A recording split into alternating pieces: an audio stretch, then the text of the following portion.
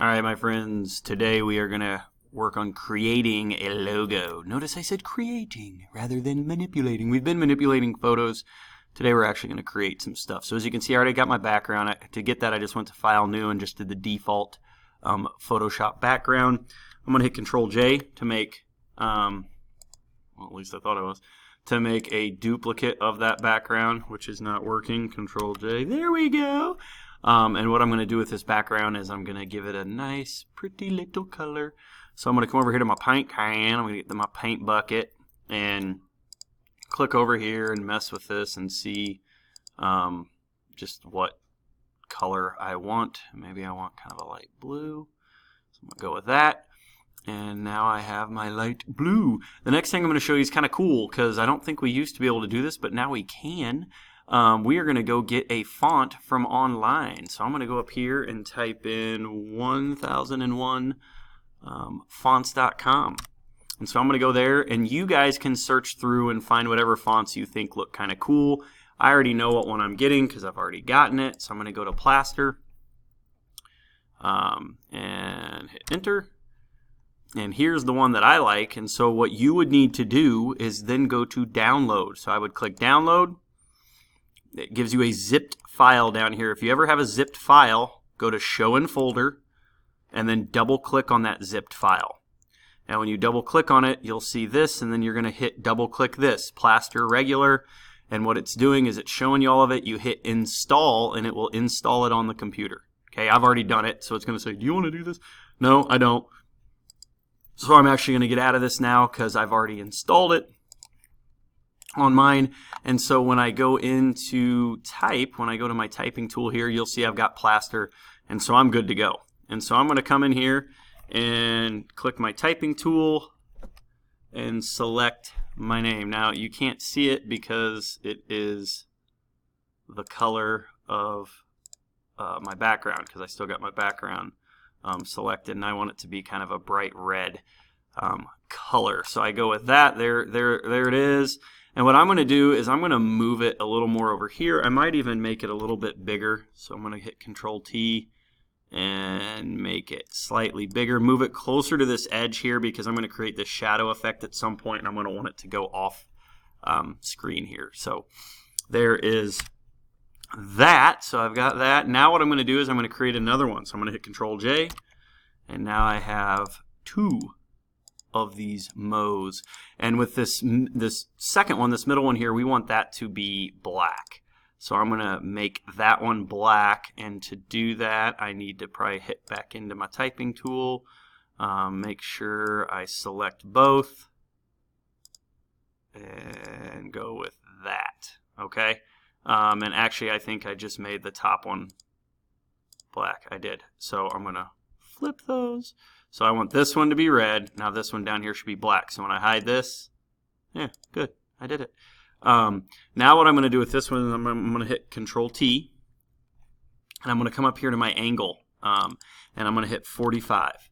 And now we can see part of my text. I've angled it to where that shows up, which is exactly what I want. So now I'm going to hit Enter, get that off of there.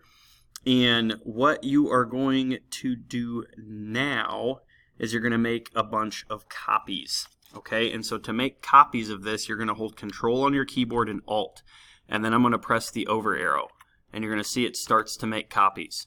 And you're going to see it's getting bigger and bigger as I make these copies. And that's because I'm holding Control Alt and I'm pressing the left arrow button. And the left arrow button is pasting it slightly over, like over just a bit. And so I'm going to make about 100 of these. 100. Okay, so I've made 100 of those. Now what I'm going to do is come down here and hold Shift and select that bottom one. So now I've got them selected all the way through here. Okay, so they're all selected. Now I'm going to merge them together. And to merge them together, I'm going to hold Control and tap T. And that should merge them together, which it did not. Oh, sorry, I did free transform. Oops, I do not want to do free transform. I want to do Control and E. Sorry, bad command. Control E will merge them together. Okay, so now I've merged them together. Now what I want to do is hit Control T. I'm going to go back to my angle up here. So I'd put it at 45 so I can see it. Now I'm going to do -45. And now you can see it's in kind of the mode of a shadow now. So that's good. So I've hit Control T and I've kind of got this little shadow effect here.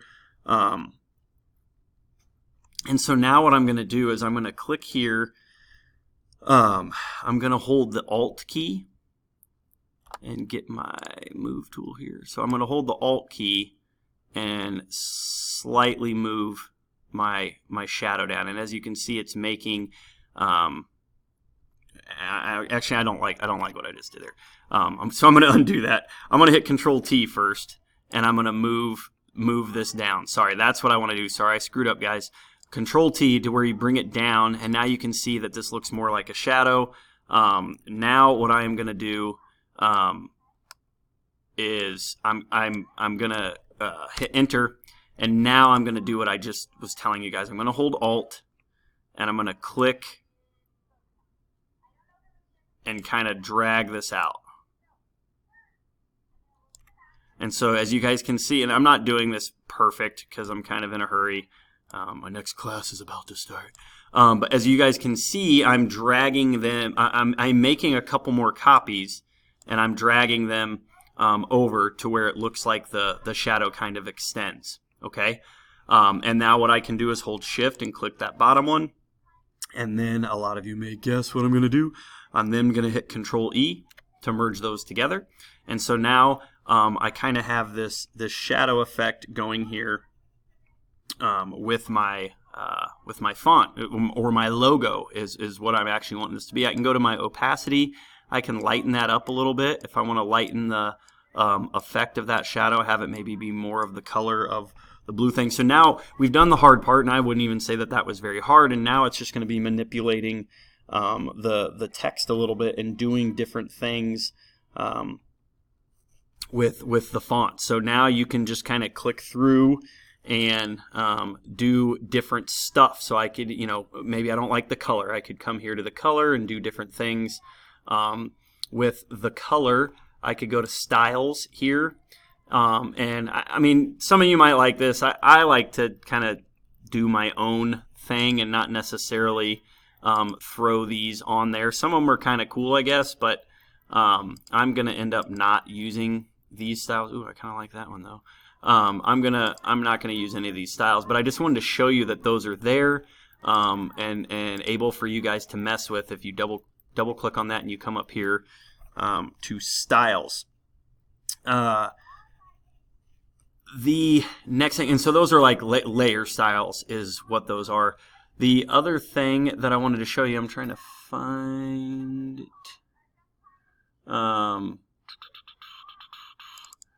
Give me 1 second and I will find it. Yeah, okay, so finally, yeah, I found what I was looking for. So if I don't double click on the T, but if you double click here, this will pop up. And so this will let you add, again, more styles to your font that you might think are kind of cool. You can do the bevel and emboss. So do you see what it did there? Right, I think that's kind of cool. And so you can mess with a lot of these, and a lot of them is just putting different clicking these and kind of seeing what they do, and then you can go in with your blend. I mean, you can mess with a bunch of this stuff, mess with the opacity. There's all kinds of cool things you guys can do, and I'm not going to sit here and kind of bore you with that.